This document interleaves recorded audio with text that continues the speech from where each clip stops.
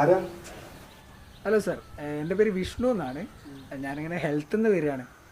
അപ്പോൾ നമ്മളറിയാലോ, ഇപ്പോൾ കേരളത്തിൻ്റെ സ്ഥിതി അറിയാലോ. ഇപ്പോൾ കൊറോണ അങ്ങനെ കൂടിക്കൊണ്ടിരിക്കുന്ന സാഹചര്യമാണല്ലോ. എന്ത് ചെയ്യാനാടോ? ആ, അപ്പോൾ സാറിന് ഇവിടെ എത്ര പേരുണ്ട്? ഇവിടെ ഞാനും എൻ്റെ ഭാര്യയും കുട്ടികളും. അവരുടെ വീട്ടിലാടോ? വീട്ടിലാണ്. അപ്പോൾ സാർ ഒറ്റയ്ക്കാണ്? അതെ, ഞാൻ ഒറ്റയ്ക്കാണ്. ഓക്കെ.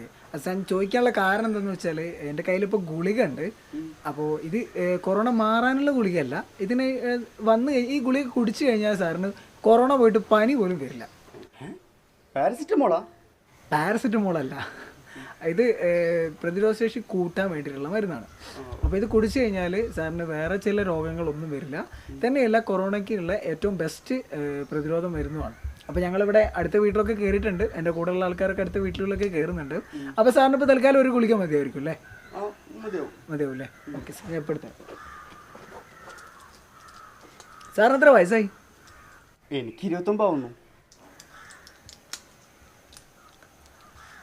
എന്താ സാർ? ഞാൻ കുടിച്ചോളാം. അല്ല സാർ, അതങ്ങനെ ഉള്ളിൽ ചെന്ന് കുടിക്കണം സാർ. സാർ എൻ്റെ മുന്നിൽ തന്നെ കുടിക്കണം. കാരണം എന്താ വെച്ചാൽ ഇത് പലരും വാങ്ങിയിട്ട് അകത്ത് പോയി കൊണ്ടുവയ്ക്കാണ് പതിവ്. ആരും കുടിക്കാറില്ല.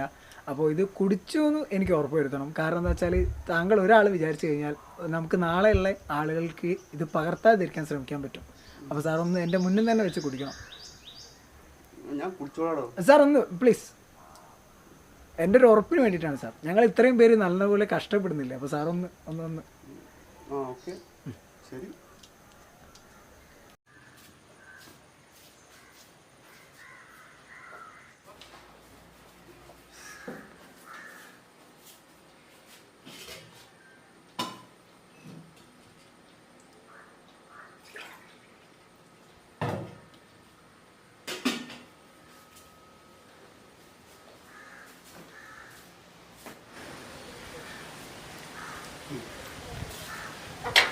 തൻ്റെ സമാധാനത്തിന് വേണ്ടി ഞാനിപ്പോൾ കൊടുക്കാം. പോരാ.